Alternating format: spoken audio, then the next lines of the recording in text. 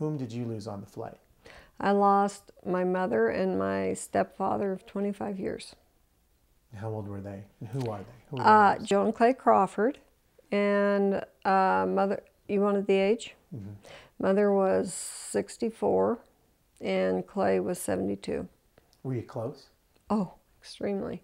She was like, it was like wonderful because we gotten to the age where we were friends.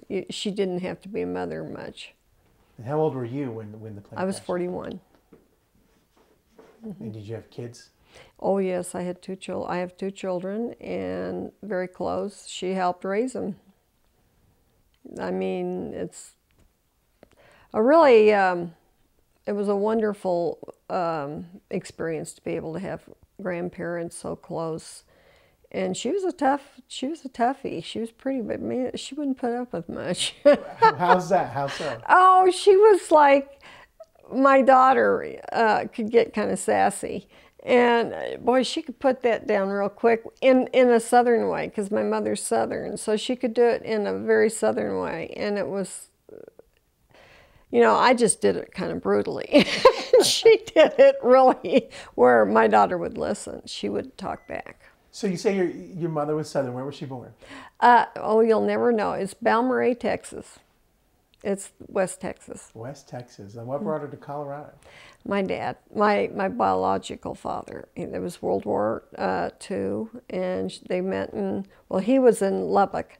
He had already graduated. He was a veterinarian, and he was there, stationed there, and she met him there.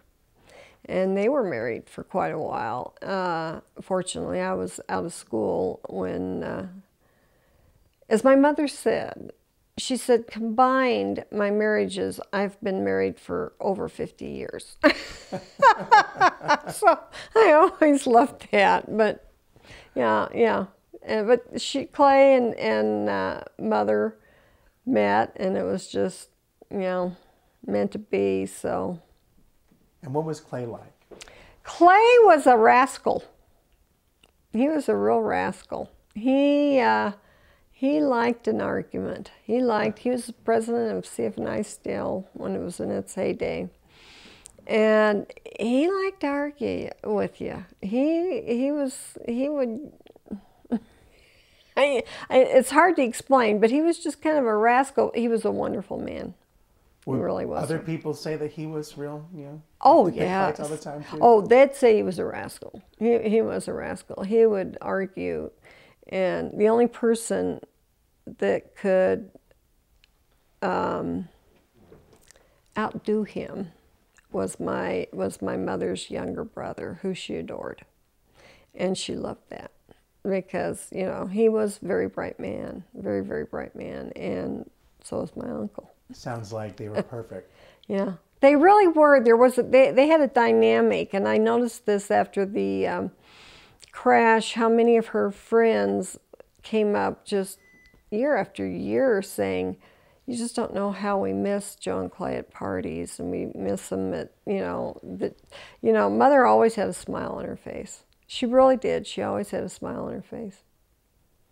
Unless we were acting really naughty, and then it wasn't much of. But that was when we were younger. But she was just a real happy person. She truly was a happy person. They traveled everywhere.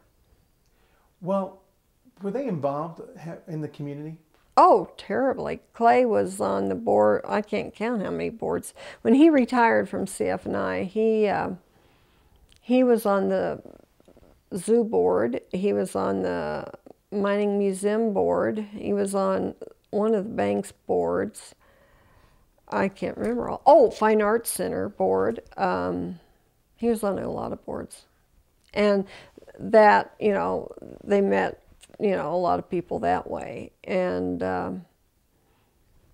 they were just very, very social and very involved, very, very involved.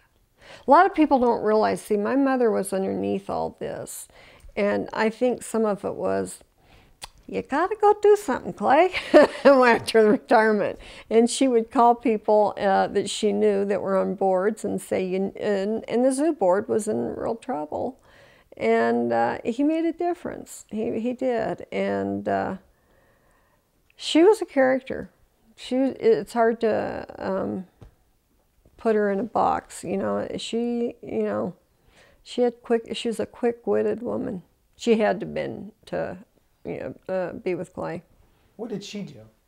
She was a housewife, and then in her years with my father, she worked a little bit with beauty salons, providing products. And it was just to get out of the house and do something. She had a lot of energy, and the kids were leaving, and she wanted to do something. And that's a lot of how she met him.